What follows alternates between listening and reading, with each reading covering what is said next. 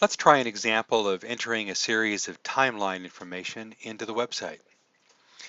If you begin with the research portal here, you'll see in the sidebar this button labeled New Timeline Post. Click it and you'll see a quick form that makes it easy for you to enter information about the timeline. All you have to do is, in effect, cut and paste. Let's take a look at an example of one timeline you might be given. This is pretty typical of a Wikipedia timeline. Problem is, each of these is subtly different, and so we can't really develop a program easily to parse it, so we have to do a bit of human intervention.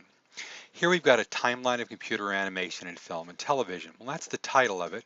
Let's copy that, paste it here. We'll do the same with the link for that site. In this case, its subject is indeed art. And now we'll take a look at each one of these items one at a time. In this case, we'll parse it ourselves and say, this is really the fundamental element of it. So we'll copy this note, put it in the description. The date we see here from the website itself is 1967, and there aren't really any inventions or people or organizations.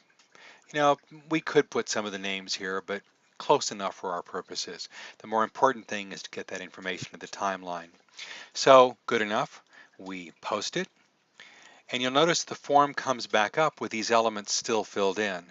So to put in the next element, we simply copy, paste, put the date, 1968, and on, and so on until we get to the bottom of the timeline, and we're done.